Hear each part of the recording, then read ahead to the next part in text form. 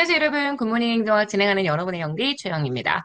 우리 어저께 예상 결산 얘기했잖아요. 그 결산에 대한 보고서 형식을 이해하시기 위해서 제일 중요한 게 바로 회계 장부를 작성하는 방식이죠. 우리가 소위 얘기하는 단식부기의 방식, 그다음 복식부기의 방식, 바로 결산 보고서 작성할 때 기장 방식을 통해서 구분하는 개념이고요. 단식부기는 그냥 거래의 한쪽 측면만을 기록하는 방식 알고 계시겠지만 딱 단순하게 수입, 그다음 지출, 이렇게 현금의 흐름을 주로 표시할 수 있는 방식으로 나타나죠. 그래서 보통 현금의 수입과 지출이 일어날 때 거래로 인식하게 되는 거래 인식 시점, 현금주의와 지금 보시는 단식부기의 방식이 연결되는 거 아마 알고 계실 거고, 복식부기. 발생된 거래를 둘 이상의 계정, 왼쪽에 있는 차변, 그죠? 그다음 대변, 여기에 이중으로 기록하는 방식입니다. 차변과 대변의 이중 기록해서 뭘 표시하냐면 지금의 재정 상태의 자산은 얼마이고 자산은 현금 자산이나 실물 자산 같은 그런 자산, 나에게 경제적인 가치가 있는 어떠한 재산들을 설명하는 개념이고요. 그다음 부채, 빚이죠. 빚 말 그대로.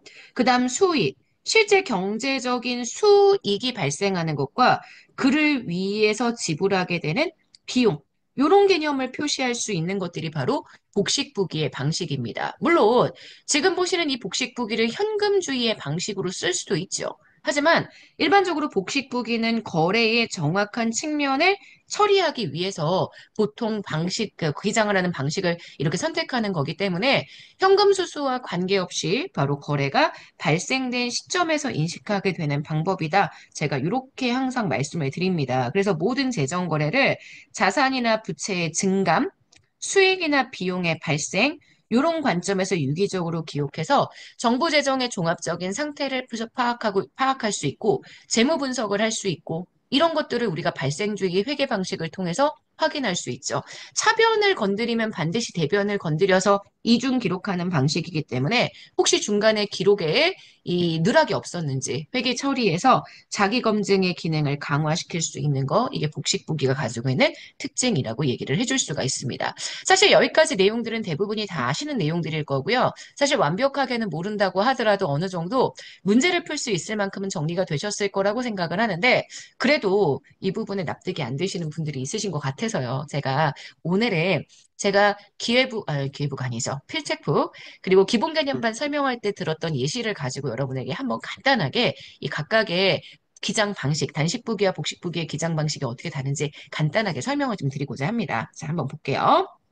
이거는 제가 필체폭에 쓰고 있었던 예시들을 그냥 그대로 가져온 거예요. 자, 단식부기와 복식부기 알아보기, 수입, 용돈 30만 원이 들어왔고요. 누군지 모르겠지만 누나에게 빌린 돈이 150만 원이 있고요. 지출, 식비 20만 원, 컴퓨터 구입비 100만 원, 교통비 15만 원. 지금 돈이 이렇게 들어왔어요. 이건 지금 현금주의 발생주의 보지 않고 제가 기장하는 방식만 가지고 구분하기 위해서 내용을 정리한 거니까 돈이 들어왔다는 얘기인 건지 아니면 사건이 발생했다는 얘기인 건지 이거는 우리 오늘은 따지지 않도록 합시다. 자, 단식 보기에서는 딱 두 가지의 측면만 쓴다고 했죠. 수입, 돈이 들어오면 수입입니다. 지출, 나가면 지출. 그래서 수입, 용돈 들어왔고요. 누나에게 빌렸고요. 그러니까 사실 이런 돈, 누나에게 빌린 이런 돈이 참 애매하죠. 왜? 돈이 들어오기는 했으나 이 돈은 내 돈이라고 얘기하기 좀 힘든 돈이잖아요.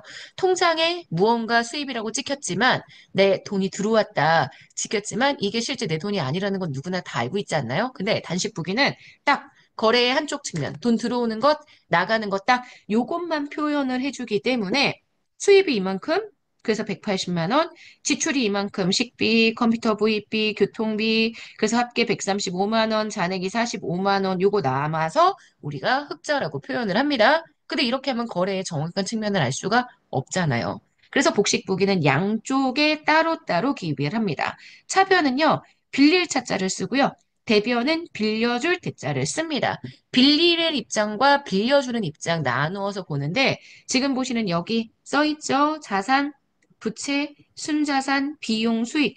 얘네도 순서는 똑같아요. 다만 플러스 마이너스를 기록하는 방식이 다릅니다. 그래서 외울 때 보통 이렇게 외우거든요. 자, 부, 순, 비, 수, 풀, 마, 풀, 마. 요거 많이 들어보셨을 텐데 문제는 이걸 직접 해보라고 하느냐?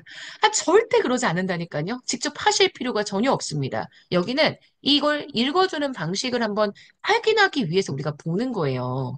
봐봐요. 만약에 돈이 30만 원 들어왔습니다. 이건 분명히 현금 자산이 나에게 들어온 거고요. 이건 경제적인 이득이죠. 누가 봐도. 그러니까 지금 보시는 수익의 플러스로 봅니다. 그래서 여기 지금 밑에 제가 한번 표시해 볼게요. 현금 자산이 들어왔어요. 자산은 어떤 형태든 들어오면 이거는 차변에 씁니다. 그리고 어떤 형태로든 수익이 들어오면 이거는 대변에 씁니다. 그래서 얘네들은 이렇게 기록이 되는 거고요. 자, 우리 아까 누나에게 빌린 돈 150만 원 볼까요? 150만 원 누나한테 돈을 빌렸습니다. 돈을 빌렸다라면 현금 자산이 들어온 거는 맞잖아요. 현금 자산이 들어왔는데 이 자산은 수익이라고 보기에는 경제학적 이득이라고 보기에는 이건 조금 문제가 있습니다. 이거는요, 부채가 발생한 거. 빌린 돈 부채가 무려 150만큼이나 발생했습니다. 부채가 플러스된 측면은 여기다가 기록한 대로 지금 되어 있지 않나요? 컴퓨터. 네, 컴퓨터 현재 구입하기 위해서 돈을 썼단 말이에요. 컴퓨터라는 자산을 구입하기 위해서 돈을 썼다면 일단 자산이 들어온 건 맞잖아요. 자산 100만 원 플러스. 하지만 그만큼 현금 자산이 100만 원 줄었기 때문에 컴퓨터를 구입한 건 우리가 일반적으로 비용이라고 얘기하지 않고요. 자산이 현재 현금 형태에서 실물 형태로 바뀌었다라고 얘기할 수 있기 때문에 이렇게 표시를 해야 한단 말이죠. 그래서 이 복식부기의 제일 큰 장점이 아까도 얘기했죠. 차변을 움직이면 반드시 대변에도 변화가 생깁니다. 차변을 건드렸는데 재변을 건드리지 않았다. 그럼 분명히 대차대조가 맞지 않을 거예요. 여기는 대차대조, 대변과 차변을 대조하게 되면 균형을 이루어야 한다라는 그런 원칙이 있거든요. 이 차변, 대변의 균형이 맞지 않으면, 기장이 잘못됐구나. 그래서 자기 검증을 할 수 있다. 이렇게 얘기할 수 있는데, 문제는 뭐냐면은, 지금 보시는 컴퓨터 같은 거. 제가 컴퓨터에 대한 얘기를 뭐라고 했냐면, 컴퓨터 구입비는 현금 자산 100만 원이 빠지고 대신 우리가 얘기하는 실물 자산 100만 원이 들어온 것이다. 근데 이걸 누군가가 만약에 자의적으로 현금 자산이 100만 원 빠진 게 아니라 비용을 100만 원 썼다라고 만약에 처리하게 된다면 현금 자산 마이너스라고 처리하지 않고 비용 마이너스라고 하는 문제가 생길 수 있거든요. 무슨 얘기냐면 이 차변과 대변의 항목을 분류하는 것이 결과적으로 이 회계장부를 쓰고 있는 누군가의 자의적인 판단이 분명히 들어갈 수 있다는 얘기입니다. 항목을 특히 구분할 때 자의적인 판단이 나타날 수 있기 때문에 이런 부분에서 자의적인 해석이나 판단이 들어갈 수 있다는 게 한계가 되는 거죠. 가끔 이 두 개의 표현이 같은 표현이라고 생각하시는 경우가 있는데요. 두 개의 표현은 다른 표현입니다. 그래서 지금 보시는 이 내용이 어떤 건지 정확하게 아셨으면 좋겠고, 그래서 재정의 상태표를 자산과 부채로 기록하게 되고요. 재정 운영이 어떻게 되고 있느냐? 수익과 비용으로 기록하게 된다. 이렇게 되는 게 현재 복식부기의 기장 방식이다라고 얘기할 수 있습니다. 자, 그래서 여러분, 이 내용 가지고 문제를 보자면 일단 이번에는 기장 방식 말고요. 실제 언제 기장을 하느냐? 우리가 아까 얘기했던 바로 여기 거래에 대한 인식 가지고 먼저 한번 구분을 해보도록 하겠습니다. 여러분 보시는 1번 문제는 거래 인식 시점에 대한 내용이라고 보시면 되고요. 정부에게 발생주의는 정부의 수입을 언제로 보느냐? 납세 고지, 세금 내세요라고 고지하는 시점이 이미 거래의 발생이 이루어진 거죠. 하지만 그리고 정부의 지출은 언제 이루어지느냐? 지출의 원인이 되는 행위를 했을 때, 지출 원인 행위 이런 거 했을 때 제가 수업 시간에 제일 많이 말씀드리는 게 국고채무 부담행위잖아요. 국고채무 부담행위는 국고채무 부담행위를 한 시점과 실제 이에 대한 현금 지출이 이루어진 시점이 다릅니다. 부담행위를 만약에 24년도에 하고 지출은 26년에 이루어질 수도 있거든요. 요걸 표시하기 위한 게 발생주의, 요걸 표시하기 위한 게 현금주의입니다. 그래서 지출 원인행위 납세고지 이게 정부에게 발생 수위의 수입과 지출의 인식 시점이죠. 그래서 문제의 정답되는 건 지금 4번이 되고요. 자, 2번입니다. 2018년 국가직 9급에 출제가 되었던 내용입니다. 정부회기 기장 방식에 대한 설명으로 옳지 않은 것 이렇게 얘기를 했죠. 1번 단식 보기는 주로 현금주의 회계와 발생 복식 보기는 주로 발생주의 회계와 밀접한 연계성을 가지기 때문에 1번은 X가 되고요. 2번 단식 보기는 현금 수지와 같이 단일 항목 증감을 중심으로 기록하는 방식이다. 맞는 선지입니다. 복식부기는 개정 과목에 따라 과목 간에 유기적인 관련성이 있습니다. 그래서 차변, 대변 양쪽에 대차 대조를 하게 되면 부정이나 오류가 나타났었는지를 확인하기가 쉽다고 말씀을 드렸죠. 그래서 요거 맞는 선지입니다. 4번, 복식보기는 하나의 거래를 대차평균 원리에 따라 차변과 대변에 동시 기록하는 방식입니다. 맞습니다. 자, 그래서 문제의 정답이 되는 옳지 않은 선지는 몇 번이냐? 1번 되는 거 보실 수 있습니다.